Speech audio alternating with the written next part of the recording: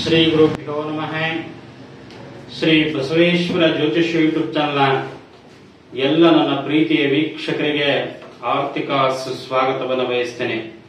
ಪ್ರೀತಿಯ ವೀಕ್ಷಕರೇ, ಆಗಸ್ಟ್ ತಿಂಗಳ ಮೇಷರಾಶಿಯ ಮಾಸಿಕ ಭವಿಷ್ಯವನ್ನು ನಾವು ನೋಡ್ತಾ ಇದ್ದೀವಿ. ಆಗಸ್ಟ್ ತಿಂಗಳಿನಲ್ಲಿ ಯಾವ್ಯಾವ ಹಬ್ಬಗಳು ಬರ್ತಾ ಇದೆ ಅನ್ನುವಂಥದ್ದು ಮೊದಲನೇದಾಗಿ ನೋಡ್ಕೊಂಡು ಬರೋಣ.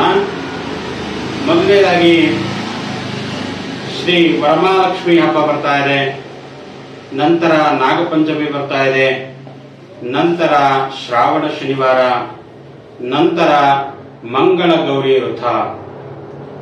ಶ್ರಾವಣ ಮಾಸದಲ್ಲಿ ಪ್ರತಿ ಮಂಗಳವಾರ ಮಂಗಳ ಗೌರಿ ಪೂಜೆಯನ್ನು ಮಾಡುವಂಥದ್ದು, ಜೊತೆಗೆ ಶ್ರೀಕೃಷ್ಣ ಜನ್ಮಾಷ್ಟಮಿ ಬರ್ತಾ ಇದೆ.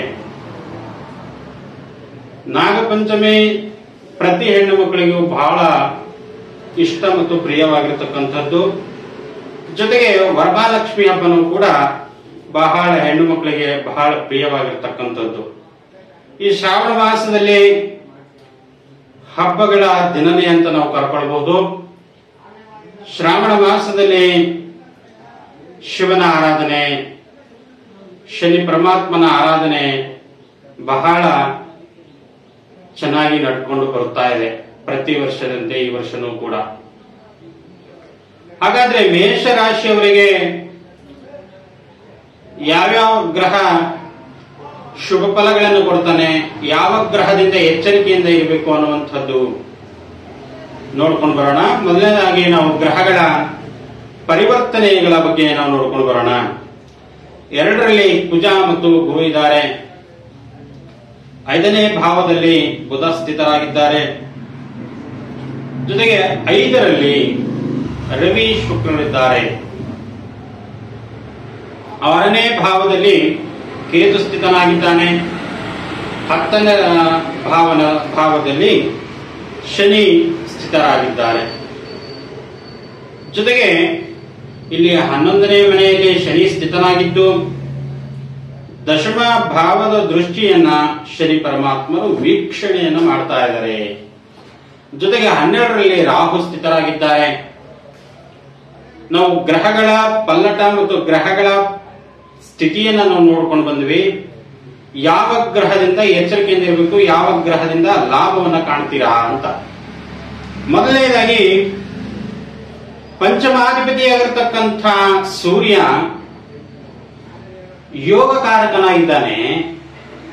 ಮೇಷ ರಾಶಿಯವರಿಗೆ ಪಂಚಮಾಧಿಪತಿಯಾಗಿರ್ತಕ್ಕಂಥ ಸೂರ್ಯ ಪಂಚಮ ಭಾವದಲ್ಲಿರುವುದರಿಂದ ನಾನಾ ರೀತಿಯ ಫಲಗಳನ್ನು ಕೊಡ್ತಾನೆ ಅಂತ.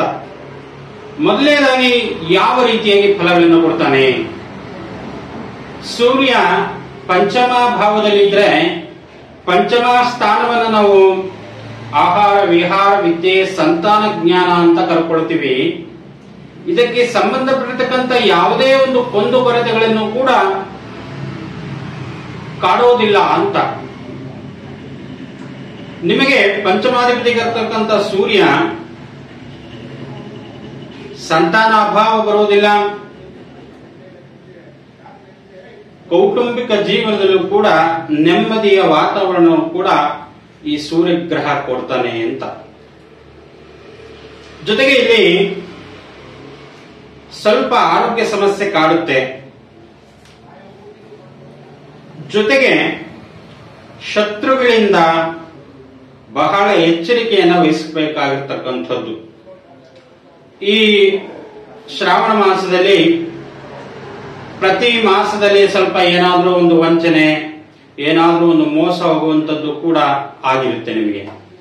ಆದರೆ ಈ ಶ್ರಾವಣ ಮಾಸದಲ್ಲಿ ಆಗಸ್ಟ್ ತಿಂಗಳಲ್ಲಿ ಮೇಷ ರಾಶಿಯವರಿಗೆ ಯಾವುದೇ ರೀತಿಯಾಗಿ ಮೋಸ ಹೋಗೋದಿಲ್ಲ ಅಂತ. ಪ್ರತಿಯೊಂದು ಕೆಲಸ ಕಾರ್ಯಗಳಲ್ಲೂ ಕೂಡ ಜಯವನ್ನ ಗಳಿಸ್ತೀರಾ. ಜಯವನ್ನ ನಿಮ್ಮದಾಗಿರುತ್ತೆ. ಹಾಗೆ ಜೊತೆಗೆ ಇಲ್ಲಿ ಏನಾದ್ರೂ ನಿಮಗೆ ಬಹುದಿನದ ರೋಗಗಳು ಕಾಡ್ತಾ ಇದ್ರು ಕೂಡ ಅದನ್ನ ನಿವಾರಣೆ ಆಗುತ್ತೆ. ಏನಾದ್ರೂ ಹೊಟ್ಟೆಗೆ ಸಂಬಂಧಪಟ್ಟಿರ್ತಕ್ಕಂಥ ಕಾಯಿಲೆಗಳು ನಿಮಗೆ ಕಾಡ್ತಾ ಇದ್ರೆ ಅದನ್ನೂ ಕೂಡ ನಿವಾರಣೆ ಆಗುತ್ತೆ. ಜೊತೆಗೆ ಇಲ್ಲಿ ಸೂರ್ಯನಿಂದ ಮಕ್ಕಳಿಗೆ ವಿಶೇಷವಾಗಿ ಓದುವಂಥ ಮಕ್ಕಳಿಗೆ ಸೂರ್ಯನಿಂದ ಜ್ಞಾಪಕ ಶಕ್ತಿಯನ್ನು ಹೆಚ್ಚುವಂತೆ ಮಾಡುವಂತಹ ಸೂರ್ಯಗ್ರಹ, ಓದಿನಲ್ಲಿ ಆಸಕ್ತಿ ಉಂಟು ಮಾಡುವಂತಹವನು ಸೂರ್ಯಗ್ರಹ ಆಗಿರ್ತಾನೆ. ಇಲ್ಲಿ ಕುಜ ಮತ್ತು ಗುರು ಕುಟುಂಬ ಭಾವದಲ್ಲಿ ಇರೋದ್ರಿಂದ ಗುರುಮಂಗಳ ಯೋಗವನ್ನು ಉಂಟಾಗ್ತಾ ಇದೆ ಅಂತ. ಈ ಗುರುಮಂಗಳ ಯೋಗದಿಂದ ಮೇಷರಾಶಿಯವರಿಗೆ ವಿಶೇಷವಾಗಿ ಧನಲಾಭ ಆಗುತ್ತೆ, ಕೀರ್ತಿ ಲಾಭ ಆಗುತ್ತೆ, ಯಶಸ್ಸು ಗೌರವ ನಿಮ್ಮದಾಗಿರುತ್ತೆ. ಜೊತೆಗೆ ಇಲ್ಲಿ ಆರೋಗ್ಯದ ಸಮಸ್ಯೆ ನಿಮ್ಮನ್ನು ಕಾಡ್ತಾ ಇರಬಹುದು. ಪ್ರತಿ ತಿಂಗಳು ನಿಮಗೆ ಏನಾದ್ರೂ ಒಂದು ಆರೋಗ್ಯ ಸಮಸ್ಯೆ ಕಾಡ್ತಾ ಇದೆ ಅಂತಂದ್ರೆ ಈ ತಿಂಗಳು ಕಾಡೋದಿಲ್ಲ ಅಂತ. ಮೂರನೇ ಅಧಿಪತಿಯಾಗಿರ್ತಕ್ಕಂಥ ಬುಧ ಜೊತೆಗೆ ಆರನೇ ಅಧಿಪತಿಯಾಗಿರ್ತಕ್ಕಂಥ ಬುಧ ಇಲ್ಲಿ ವಕ್ರಿಯನಾಗಿ ಬುಧ ಸಂಚಾರವನ್ನ ಮಾಡ್ತಾ ಇದ್ದಾನೆ. ಅದು ಚತುರ್ಥ ಸ್ಥಾನದಲ್ಲಿ. ಈ ಚತುರ್ಥ ಸ್ಥಾನವನ್ನ ನಾವು ಬುಧ ವ್ಯಾಪಾರಕ್ಕೆ ಕಾರಕನಾಗಿರ್ತಾನೆ. ಆದ್ರೆ ವ್ಯಾಪಾರ ಸ್ವಲ್ಪ ಹಿನ್ನಡೆ ಆಗಬಹುದು, ಅದರಿಂದ ಎಚ್ಚರಿಕೆಯನ್ನು ವಹಿಸಿಕೊಳ್ಳಿ. ಯಾವ ವ್ಯಾಪಾರದಿಂದ ಎಚ್ಚರಿಕೆ ಅಥವಾ ಯಾವ ವ್ಯಾಪಾರದಿಂದ ನಿಮಗೆ ಲಾಭ ಆಗಬಹುದು ಅಂತಂದ್ರೆ, ಲಾಭ ಆಗುವಂತಹ ವ್ಯಾಪಾರ ಬಟ್ಟೆ ವ್ಯಾಪಾರದಿಂದ ಲಾಭ ಆಗುತ್ತೆ, ಬಂಗಾರ ವ್ಯಾಪಾರ ಮಾಡುವಂತವರಿಗೆ ಲಾಭ ಆಗುತ್ತೆ, ಗ್ರಂಥಿಗ ಅಂಗಡಿ ಇಟ್ಕೊಂಡಿದ್ದವರಿಗೆ ಅವರಿಗೂ ಕೂಡ ಲಾಭವನ್ನ ಆಗ್ತದೆ ಅಂತ. ಆಮೇಲೆ ಸೀರೆ ಅಂಗಡಿ ಅಥವಾ ಬಟ್ಟೆ ಅಂಗಡಿಗಳನ್ನ ಮುಂಗಟ್ಟುಗಳನ್ನ ಮಾಡುವಂತವರು ಕೂಡ ಲಾಭ ಆಗುತ್ತೆ. ಜೊತೆಗೆ ಸ್ವಲ್ಪ ಮಧ್ಯಮ ಫಲವನ್ನ ಕೊಡುವಂತಹದ್ದು ಯಾವ್ದ್ಯಾವುದು ಅಂತಂದ್ರೆ, ಕಬ್ಬಿಣ ವ್ಯಾಪಾರ ಮಾಡುವಂತವರಿಗೆ, ಸಿಮೆಂಟ್ ವ್ಯಾಪಾರ ಮಾಡುವಂತವರಿಗೆ ಅಥವಾ ಸ್ಟೀಲ್ ವರ್ಕ್ ಮಾಡುವಂತವರಿಗೆ ಅವರಿಗೆ ಮಧ್ಯಮ ಫಲವನ್ನು ಸೂಚಿಸ್ತಾ ಇದೆ. ಇದಕ್ಕೆ ಪರಿಹಾರ ಏನು ಅಂತಂದ್ರೆ ನಾರಾಯಣ ಸೂಕ್ತ ಅಂತ. ತಾವು ನಾರಾಯಣ ಸೂಕ್ತವನ್ನ ಪಠನೆಯನ್ನ ಮಾಡಿದ್ರೆ ವ್ಯಾಪಾರದಲ್ಲಿ ವೃದ್ಧಿಯನ್ನ ಅನುಭವಿಸ್ತೀರಾ. ವ್ಯಾಪಾರದಲ್ಲಿ ಯಾವುದೇ ಕಾರಣಕ್ಕೂ ಕೂಡ ನಷ್ಟವನ್ನ ಅನುಭವಿಸುವುದಿಲ್ಲ ಅಂತ. ನಾರಾಯಣ ಸೂಕ್ತವನ್ನ ಹೇಳಿದ್ರೆ ಲಕ್ಷ್ಮಿಯ ಪತಿ, ಲಕ್ಷ್ಮಿಯ ಗಂಡನನ್ನ ನಾವು ಆರಾಧನೆಯನ್ನ ಮಾಡಿದ್ರೆ ಲಕ್ಷ್ಮಿಗೆ ಅಷ್ಟೇ ತೃಪ್ತಿ ಆಗ್ತದೆ ಅಂತ. ಆದ್ರಿಂದ ನಾರಾಯಣ ಸೂಕ್ತವನ್ನ ಪಠನೆ ಮಾಡ್ಕೊಳ್ಳಿ. ಜೊತೆಗೆ ಇಲ್ಲಿ ಶುಕ್ರ ಸೂರ್ಯನ ಮನೆಯಲ್ಲಿ ಸ್ಥಿತನಾಗಿದ್ದಾನೆ. ಸೂರ್ಯನಿಗೂ ಮತ್ತು ಶುಕ್ರನಿಗೂ ಶತ್ರುವಿನ ಮನೆ. ಈ ಶತ್ರುವಿನ ಮನೆಯಲ್ಲಿ ಶುಕ್ರ ಇರುವುದರಿಂದ ಶುಕ್ರ ಅಷ್ಟೊಂದು ಶುಭ ಫಲಗಳನ್ನು ಕೊಡುವುದಿಲ್ಲ ಅಂತ. ಆದ್ರಿಂದ ಹಣಕಾಸಿನ ಸಂಬಂಧಪಟ್ಟಿರ್ತಕ್ಕಂಥ ಯಾವುದೇ ಒಂದು ವ್ಯವಹಾರವನ್ನ ಮಾಡಬೇಕಾದ್ರೆ ಬಹಳ ಎಚ್ಚರಿಕೆಯಿಂದ ಮಾಡಿಕೊಳ್ಳಿ.